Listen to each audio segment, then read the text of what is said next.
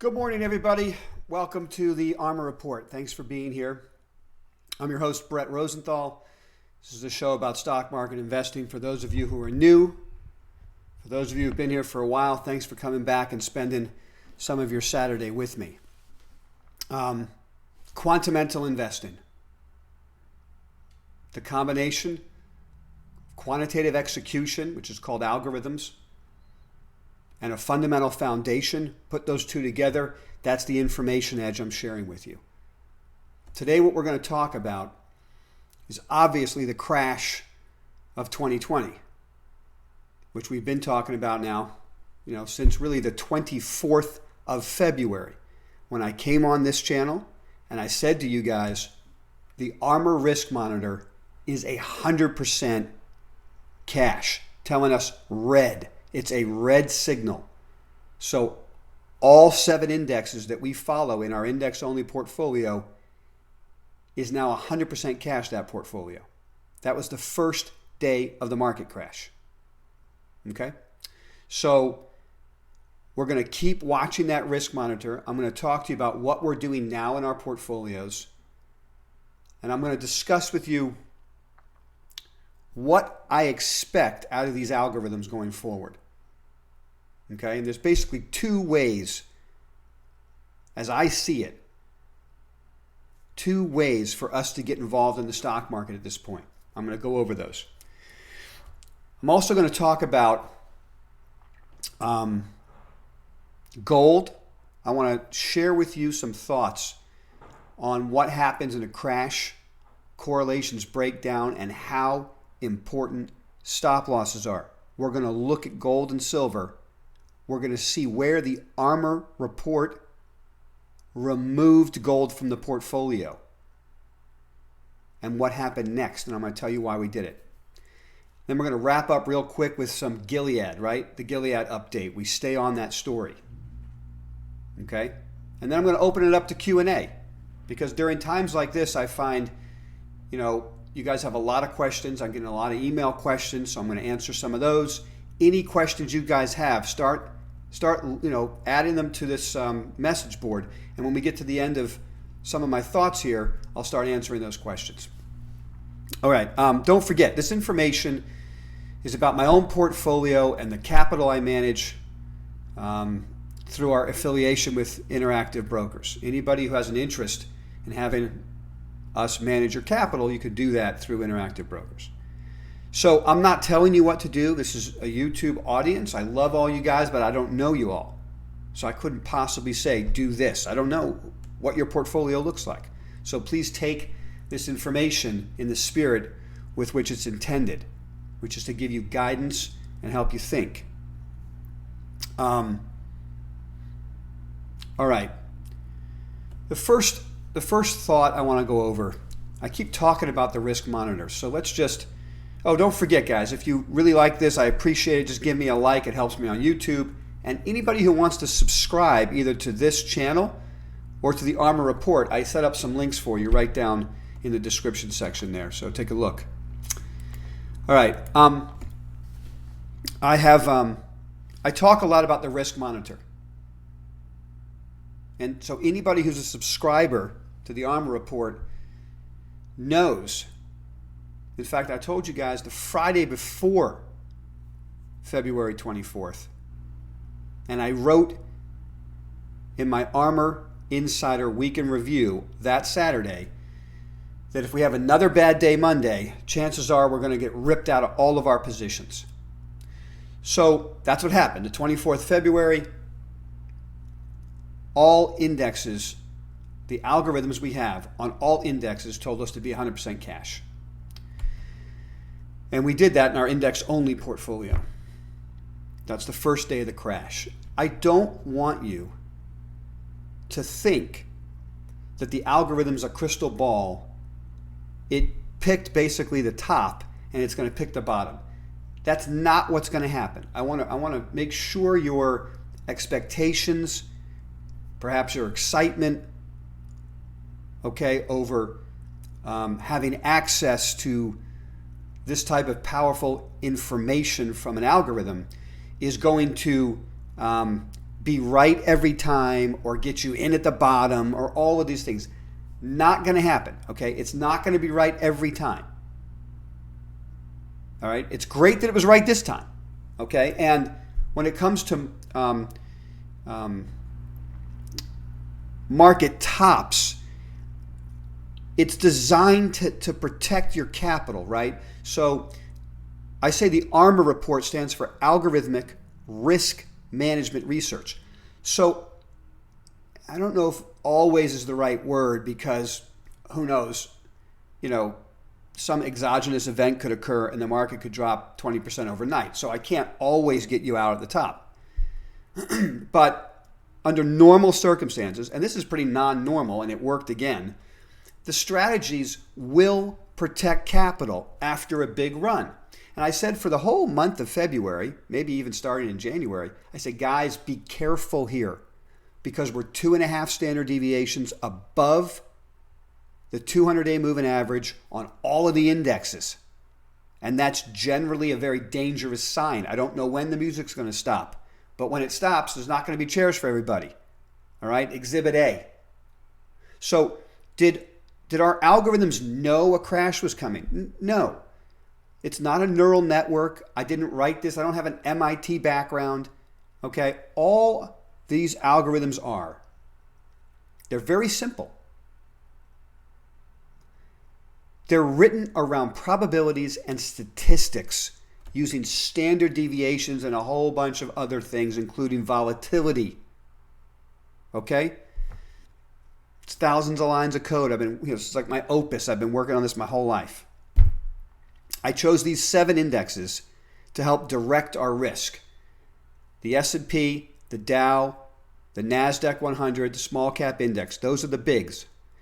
Then the secondary, the momentum index, the value index, and the IBD 50. When those 7 all tell us you got to raise cash on the same day,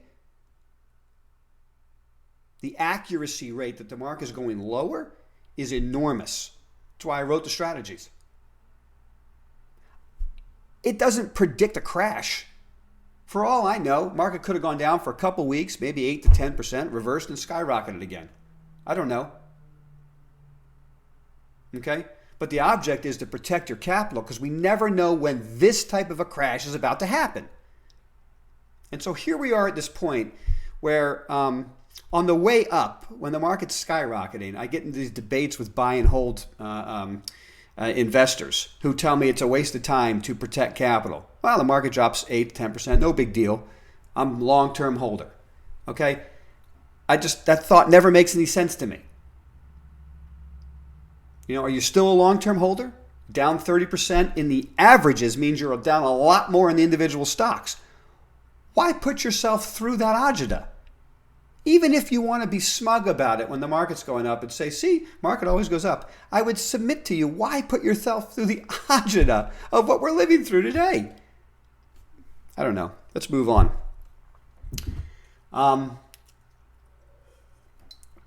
So, will the algorithms, which by the way are designed for the volatility of each index, so they're different algorithms for each, will they call the bottom in here? And will that first entry point make money for all of us? Will it be the bottom? Or will we step in and get stopped out the next day? Okay, in 2008, see, this is why I want to have this conversation with you. I want you guys, I want ARMR subscribers, ARMR insiders that are watching this, I want you to understand this is not going to be simple. The likelihood that we step in on a risk-on buy signal and immediately get stopped out is high in a market crash. In 2008, it happened a couple times during the year. So on the one hand, we have massive alpha, right? We're outperforming everybody you know so far this year, right? Because we're out near the top and the market's crashed. So we could step in and take a shot when we get a risk-on entry point, and we might get stopped out. In fact, in 2008, a couple times we got stopped out the very next day. Got long, got stopped out. Took a loss. Market cratered, tried it again. We lost money in 2008 in the index-only portfolio, right? Because it's just going to follow the algorithms. Now, in your portfolio, in my portfolio that's not index-only following algorithms, we could think through it differently. We don't have to get 100% invested, 50% invested. Position size is going to be key at this point. If you want to play in this type of a market, you have to think of position size. You can't take the same big shots that you would in a normal volatility market. Okay? This volatility is insane. The S&P is going up and down 5 to 10% a day. That's like a small cap growth stock. Okay? So to take the same position size when volatility's gone berserk, yeah, you can make a fortune on a given day. And we'll get to that. I'm day trading like crazy right now because that's where the money is for me. But at the end of the day, I'm not willing to carry that overnight because I don't know what the next piece of news is going to be. Nobody does. This gets me to my point about the algorithms again. How do I know? We are going to get risk on buy signals. Let's say the market's up big on Monday. It's very possible we're going to get some buy signals on the algos. How am I going to handle that in my own account? How am I going to handle that for ARMR subscribers? What am I going to write to you guys? Well, I'm going to tell everybody right now. Position size is going to be key. And if you don't want to play on this first buy signal, that's fine. Because statistically speaking, in a market crash, the first couple buy signals don't even work. Why don't they work? The algorithms are written based on statistics and probabilities and volatility. Statistics, probabilities, and volatility. Volatility is absurd right now. So the algorithm's written, you could argue, okay, that the outcome of what we've written is going to be different than in a normal volatility market. So the way to handle that is, number one, don't trade until volatility gets back to normal, right? A series of days where the market starts to behave normally, where the S&P might have a range of 1 to 2% instead of 5 to 10%. Okay? So you could literally just step away and say, even the algorithms are probably not going to be great because they were written for the market the way it behaves, 95% of the time. And right now we're in the 5% of the time of mayhem. So I just want to caution everybody. Will I put money to work when I get a risk on buy signal across the board? I will, because that's what I do. It doesn't have to be what you do. I will, but I'm going to do a smaller position size. Because how can you not when volatility is something like 5 times greater than normal right now in the S&P? Okay? I also look at my entry points and what my stops are. Now, I did a video for you guys. Anybody who hasn't seen it, please go watch it. It's a video about stop losses. I take you through step by step what the ARMR stop loss rules are. When you take a position, we have 3 exits. Low of the day we bought it, low of the move we're buying, low of the structure we're buying. Okay, there's no structure right now in the S&P or any index, so you can forget about that stop. So it's either the low of the day we bought or the low of the move we bought. If we get a risk on buy signal at the end of the day Monday with the market up another 5%, let's say. So we had a 10% move Friday, 5%. So now we're up like 15% off the low. And we're putting a position on. Theoretically, you shouldn't sell that position until it takes out the low of Friday. 15% stop doesn't help anybody. Do you see the problem, the conundrum? So you can't put the same amount of capital to work. Either you don't put the trade on. Okay? You either don't put the trade on. Because the stop is too big. And so until you get to an entry point where the stop makes statistically logical sense, you don't trade. We have written some of that code into the algorithms. So we may not get a buy signal on Monday, even if the market's up. I don't know, right? I have to see. There's so many pieces There's like thousands of lines of code. So I can't guess what's going to happen. But I'm just saying to you guys, if the stops are ridiculous because they're so far away, then you just can't play. Hey, that sounded good. I mean, maybe I'll make that one of the rules on the ARMR Report Rules of the Road. If the stop's too far away, then you just can't play. Okay? The other thing we're going to look to do, and what I did in my personal account, I don't tell you guys about this. I don't write about it. I don't tell ARMR insiders I'm doing this today, because it's got nothing to do with the algorithms. It's just pure gut feel and where we are. And I'm buying index options, okay, at certain points throughout the day, and I carry them overnight. That's it. I have limited risk. I know what my risk is. My position size is right. That's how I'm playing right now. I day trade during the day, the Qs and the SPYs. I capture a gain, flip out the position, take the profit, buy the calls for overnight. Because I don't want to carry a lot overnight. I don't know what's going to happen next. So the calls are, I'm basically using the house's money there to see if I can make a little more money overnight. I don't know. Okay, I don't recommend that from anybody, really. This is just my own thing I'm doing. And I certainly am not doing it for any clients. But a lot of you guys ask me what I do, so that's what I'm doing right now. You know what, guys? There's nothing wrong with stepping away and going playing golf for a week.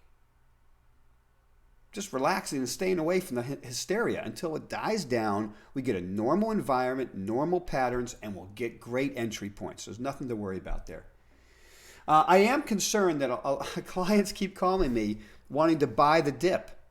This is not a dip anymore, it's a crash. And I submit to you that right now it looks like it's sell the rip is what's going on. Right? So you know, BTFD, right? Buy the fucking dip. That's what it's been like for a decade. And it looks like it's sell the fucking rip right now. So until that changes, I'm not really interested in holding things overnight. Everyone's still worried. Can you believe it? I got guys calling me up. They're still worried there's going to be a V-shaped reversal here.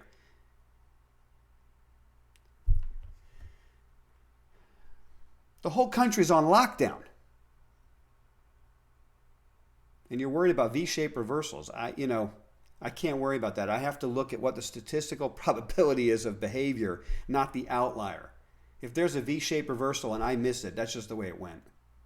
I'm more concerned about protecting my capital and then capturing upside. Okay? What I've said before that I might do for clients, for myself, is if the market goes down enough, 30%, I don't know, it just didn't feel like enough to me in the environment we're in. I could be wrong, though. And I've got the options, so that'll help me. But I don't know.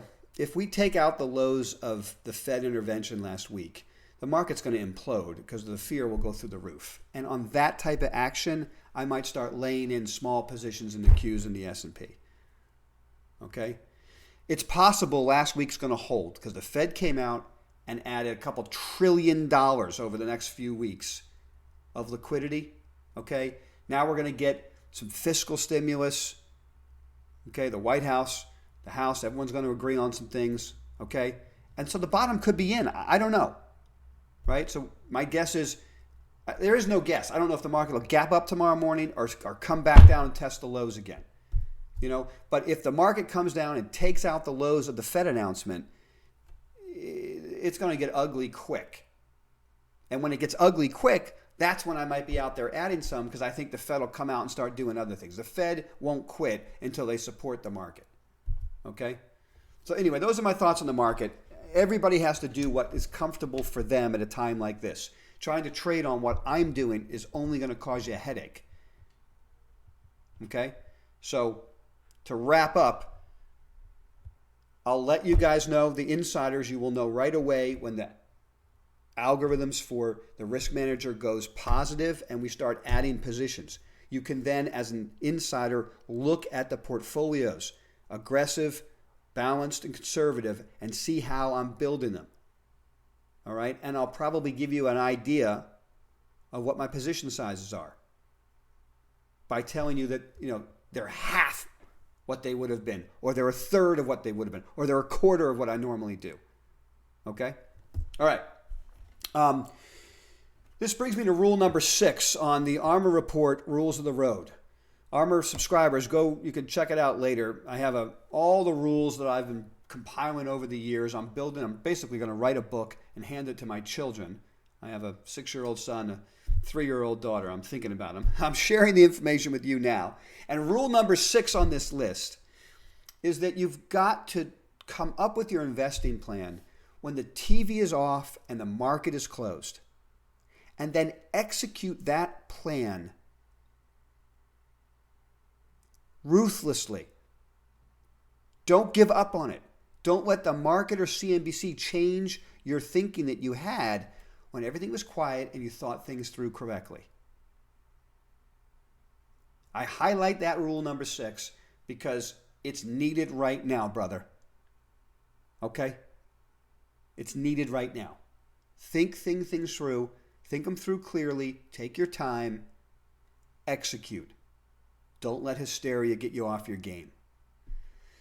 As I see all these questions, I am going to get to a bunch of them. All right, we're going to get to them. Just let me get to the end of some of my thoughts here, all right, and then we'll talk.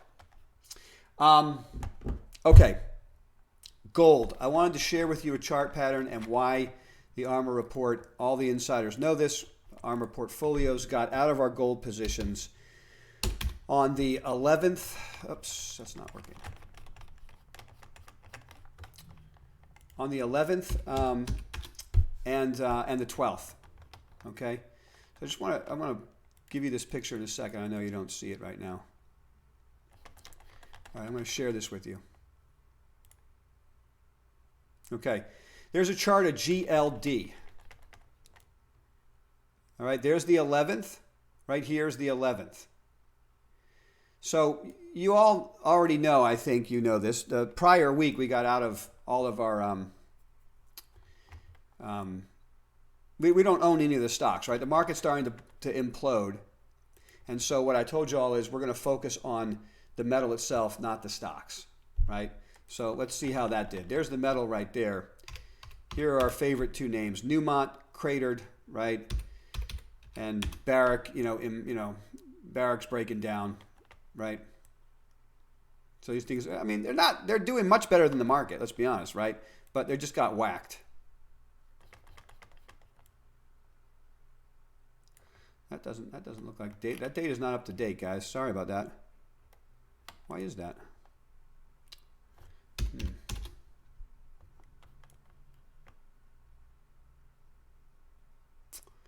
That's strange. That data is not up to date. So those stocks are down a lot more. But let's go back to Gold Trust for a second, okay?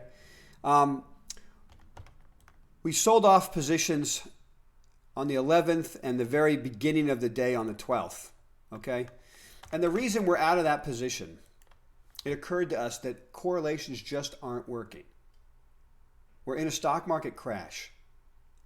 That should have put gold up, right? Uncertainty, fear, that's a fear trade. Gold should have gone through the roof. Gold was not responding. We added our gold positions. We raised our stops. We cut the positions in half when we realized this is not responding the way it should. And then the next day it came down and hit our raised stop. So do I like gold? Do I like silver? I do. But at the moment, everything is correlated to a crash. And so I don't want to have anything in the portfolio except for cash and Gilead. So let's move over to Gilead. All right. This is interesting. Gilead's not really responding too much to the positive news that I think is coming out. There's a picture of Gilead. You see where we added it, okay? 63.82. We doubled the position around 65 and change, so we have twice this position size we wanted. The stock blew out. Then I spoke to you guys last week, and I said in a bear market crash, everything goes down. I need to protect my capital. I'm selling. Remember last Saturday I told you, I'm selling my stock, book a profit, take the profit, either half, 2/3, or all of the profit if you want. And I bought calls. Calls that go out till May 15th, just to be safe. news is going to come out between now and the end of April. Okay? The news that's coming out right now is pretty good. Follow me on Twitter. I tweet as often as I can about Gilead as we follow this story. We just read a story from the Investors Business Daily about how 14 passengers from the Princess cruise ship were all administered the Gilead drug. Half of them are recovered and out. The other half are getting better. Nobody has died. It's just 14 people. But it seems like the news is going to be good and continue to be good. I also shared with you a really cool, I've been hunting down people that I think are intelligent on the internet that are following this story, and I reproduced a chart for you. Breakdown of information coming out of Wuhan, the hospital in Wuhan dealing with this.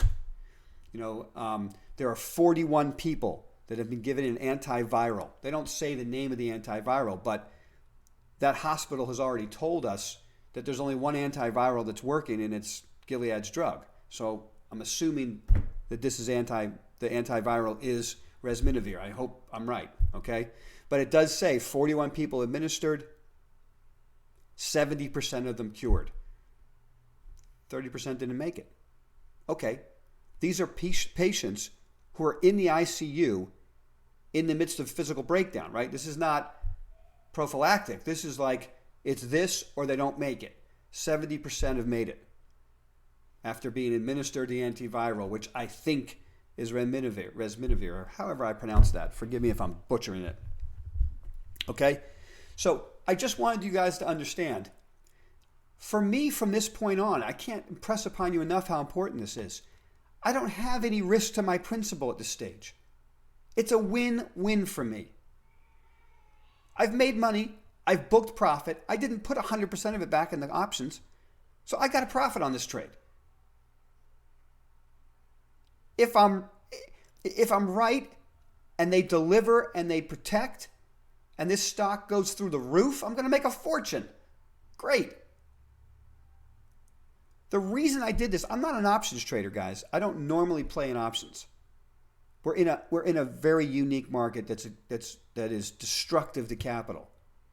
And so I'm not going to sit and hold my position here in the stock with the market crashing.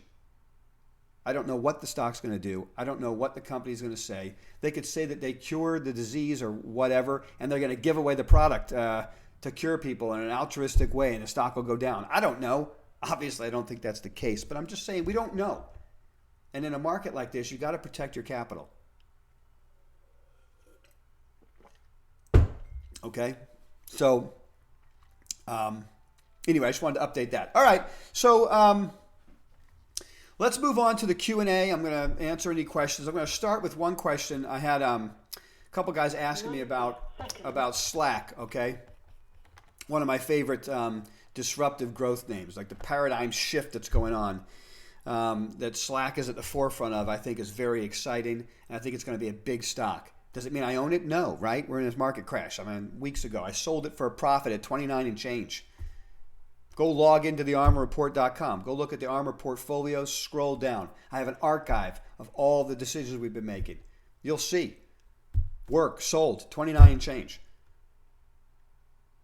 I love the idea, but you don't fall in love with stocks when the market's imploding. You have stop losses, you book profits, okay? I listened to the conference call. The stock got crushed on the call, and I had some guys saying to me, hey, your favorite name's getting killed. Let me tell you something. The stock market's imploding. Any news that comes out can be viewed as a positive or a negative. So they trashed the stock in the midst of a market collapse. Who cares? I listened to that call. They're killing it. The company's killing it. Why'd the stock go down? Because they said, we don't know what our next quarter is going to be. They said literally they cut a deal with a big enterprise company that was a big enterprise deal with a financial institution. And the CTO of that financial institution told the CEO of Slack, the door just closed on business. You got in under the wire. That's how important Slack is to the financial institution. We closed that deal and we paid you. And now I just want you guys to know there won't be any deals done for the foreseeable future. and you wonder why the stock is down with earnings? Because they said we don't know what's going to happen. I mean, they have a sales force that has to go out and make sales calls. They're not getting in the air to go anywhere. So revenue is going to collapse in the next 3 to 6 months. Sell the stock. Okay, great. Sell the stock. Bring it right to me. That'll be one of the first stocks I buy when I think that this whole thing is blown over and we start to have a normal environment again. Not at the top of the whiteboard. If you want to know what's at the top of the whiteboard, what are the stocks I'm going to buy first, you can log in, armorreport.com, ARMR and you'll see what I'm buying when I'm ready. I'm not ready yet. I'm building a list of the stocks I want to own. Work is not on that list. I'm not going with names like that yet. I'm going to go with big names with big dividends that have been crushed only because of the market and not because of coronavirus. Okay? All right. Questions. What do you got for me, guys? Let's see. I'm going to just take it up from the top here. All right. What do I think about selling option spreads in a high volatility market? Green ghost. If you're good at that and you can do it, it makes a lot of sense. I'm not an options player. It's not my thing. I use options every now and then like I am in this market, really because I want to limit my risk of capital. But if you're good at that, hey man, have at it. I would only say that the options market usually fleeces most people most of the time. For the few of you who understand how to execute correctly, understand theta and delta and all the things you got to know to make sure you're getting the right prices, I'm sure you can do it. But for the vast majority of investors, the options market is not a place to play, in my personal opinion. So just beware, right? I mean, the guys who sell options make money 90% of the time. Why is that? The market makers who are out there selling you those calls, right? So you really have to get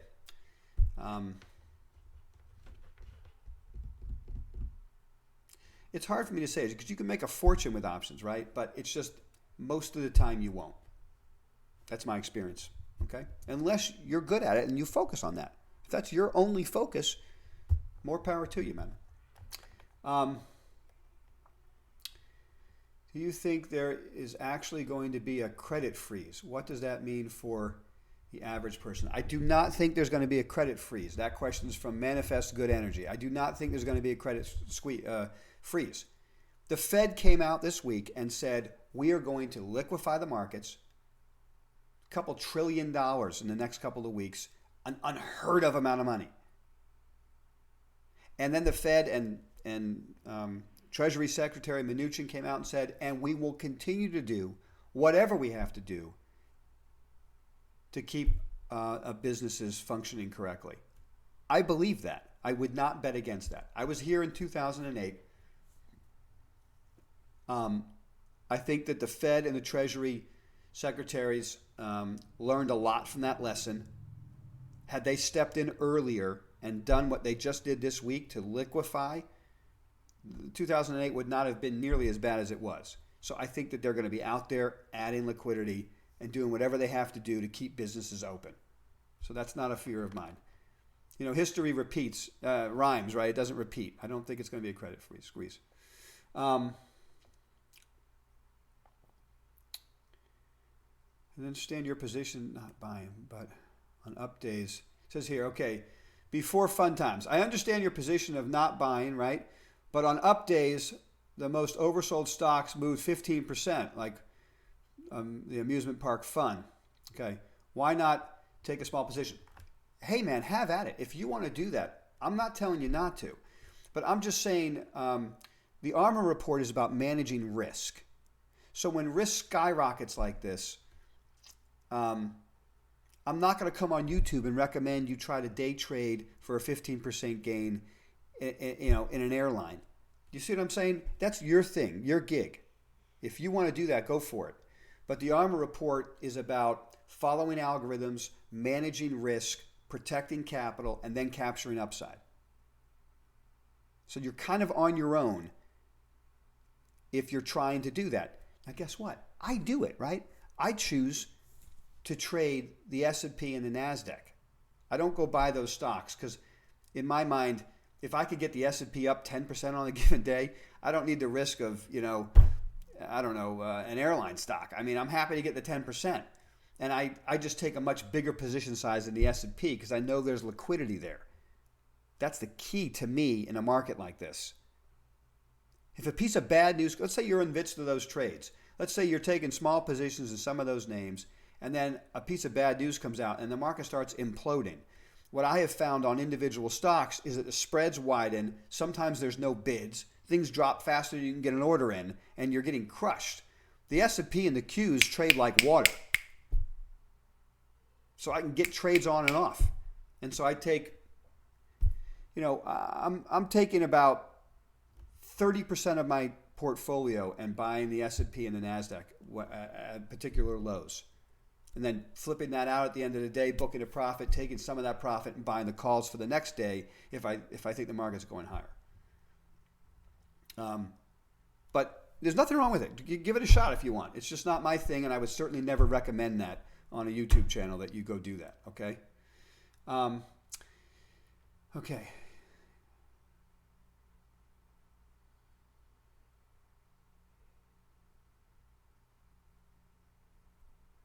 Okay, so Young in stock. You're asking me kind of the same question about a credit freeze. Do I think there'll be a lot of bankruptcies?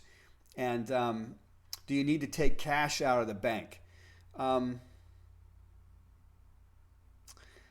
don't think there's going to be a banking collapse like 2008.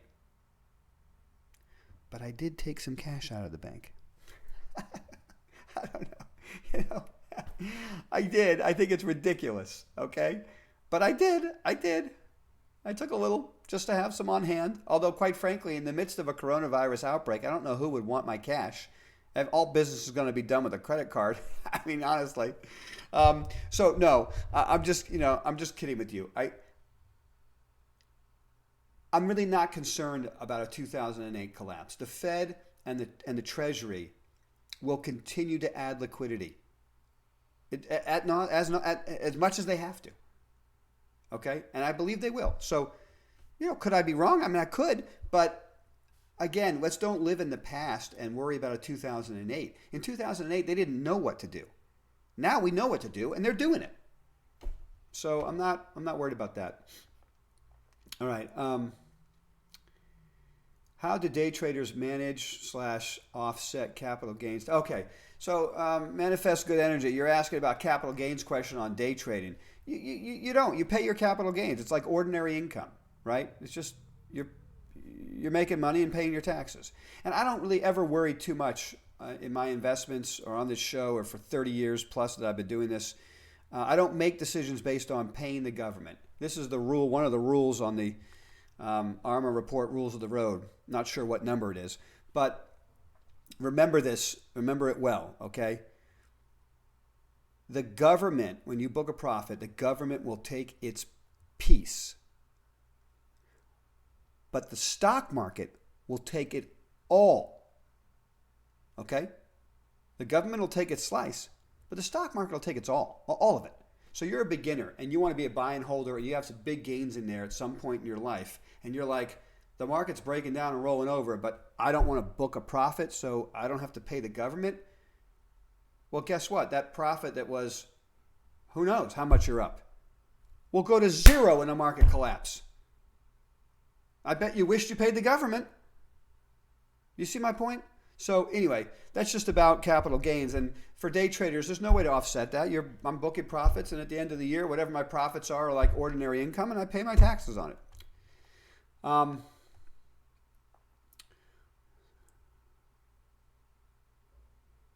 All right, so Zoo, you're asking me about, and forgive me, is that how you pronounce it, Zoo? I think. We have experienced a skyrocket at 3:50 in the afternoon Friday. What's the meaning of that? Could you give us your opinion? Stop on next week. Okay, so there's a couple of reasons for that. I think there's two reasons for the rip at the end of the day. Number one, and call me a conspiracy theorist, but on Thursday, the Fed stepped in and added massive amounts of liquidity, and the market closed on its lows. Fed didn't like that. White House didn't like that. I think the Fed and the White House, and by the way, when I say the Fed and the White House, they don't go out and do this, but there are a council of investment banks, JP Morgan, Morgan Stanley, Goldman Sachs. They all get together at times like this, and they all talk to the Treasury Secretary. We know that from 2008, okay? And so they get, if the Fed is willing to add liquidity at a massive rate, they're going to sit in a room with the Treasury Secretary and the investment banks, and they're going to say, hey, take some of this cash and go buy the S&P futures at the end of the day. We got to mark this thing up, right? We got to stop the panic. Can you imagine the panic over the weekend if the market was lower after an announcement that the Fed's going to add $2 trillion in the next couple weeks, right? So on the one hand, I don't think it's a conspiracy. I mean, we saw them do it in 2008, and I think they're doing it here on Friday. They had to mark up the market at the end of the week. They could not allow that thing to close at new lows going into the weekend. Okay? That's number one. Number two, you know, any shorts that were out there hoping for a new low started to get squeezed, and they just covered right up to the close. So stuff that happens in the last 15 minutes of the trading session is crazy. Okay, it doesn't really mean much. It just kind of, it makes it hard for you to make a decision, but you really don't want to make decisions at that time of day. Okay, what do I think of the market next week? God, that's anybody's guess.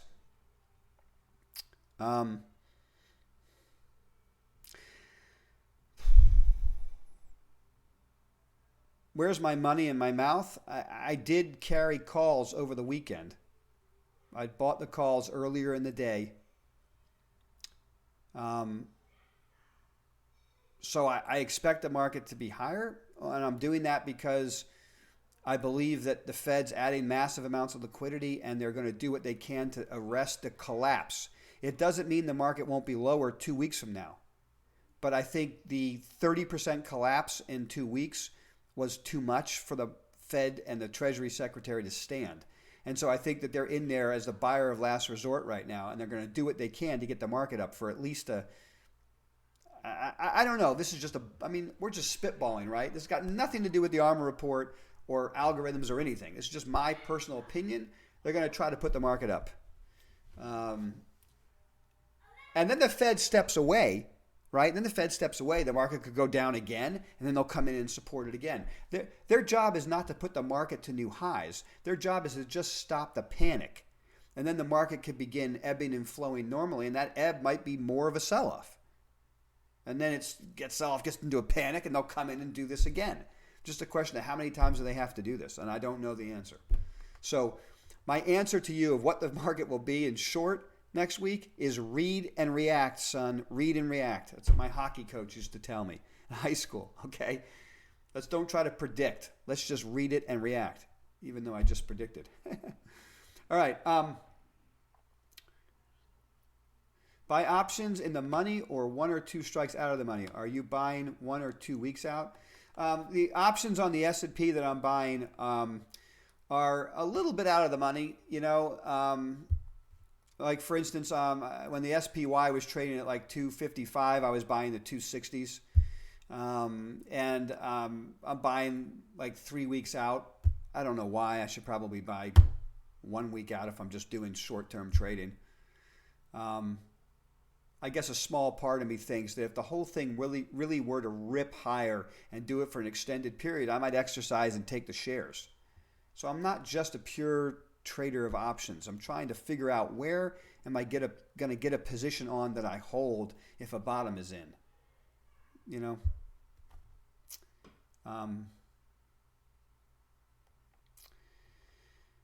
Young'un. We could have sold out a lot last week. Right.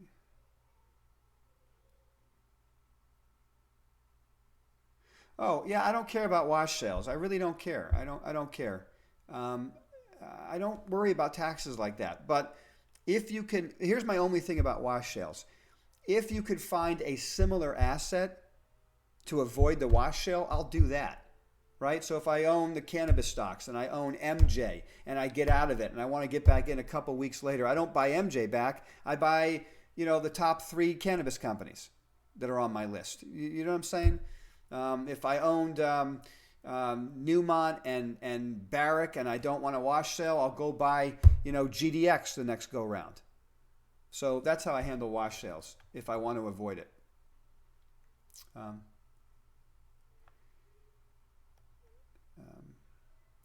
You love that rule. Thanks so much. Okay.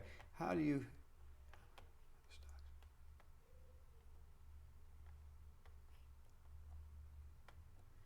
Hemp stocks and related themes. Hemp stocks and related themes. I don't have anything to say about that right now. I'm not buying themes. I'm just buying indexes right now. In the midst of a crash where everything's correlated and even gold's going down, I'm not looking for a particular sector of the market to participate in right now.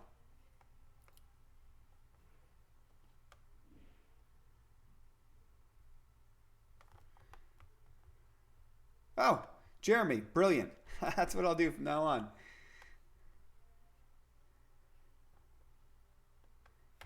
All right, guys, I think that's it for the questions and answers. I really appreciate you guys playing today.